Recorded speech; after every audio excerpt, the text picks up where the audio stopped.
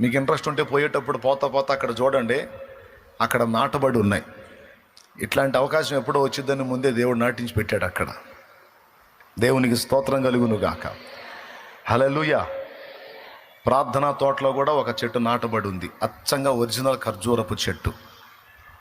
ఈత చెట్టుకి దగ్గరగా ఉంటుంది, దాదాపు ఈక్వల్, దాదాపు 90% కలిసే ఉంటుంది. రెండింటికి ఒకే టైపు లుక్. కాయలు తేడా, మట్టలు తేడా కొంచెం. ఈత చెట్టు ఏమో చిన్నగా ఉంటుంది, ఈ ఖర్జూర చెట్టు ఏమో పెద్దగా ఉంటుంది. దీని స్పెషల్ ఏంటంటే ఇది నిరంతరం సారము కలిగి ఉంటుందట.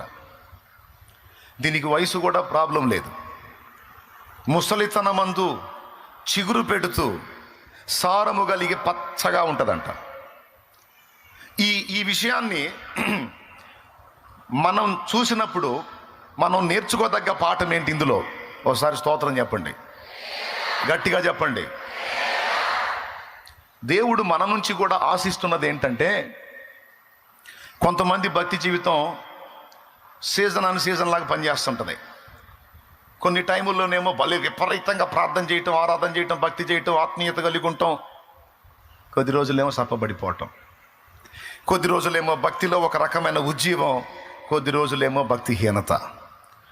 ఇలా కొంతకాలం అలాగా, కొంతకాలం ఇలాగా మనం బతకాలని దేవుడు కోరుకోవట్లా.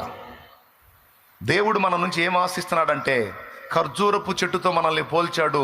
అది మనకు నేర్పుతున్న పాఠం ఏంటంటే, ఎనీ టైం, సర్వకాల సర్వావస్థల యందు మనము సారము కలిగి పచ్చగా ఉండాలి.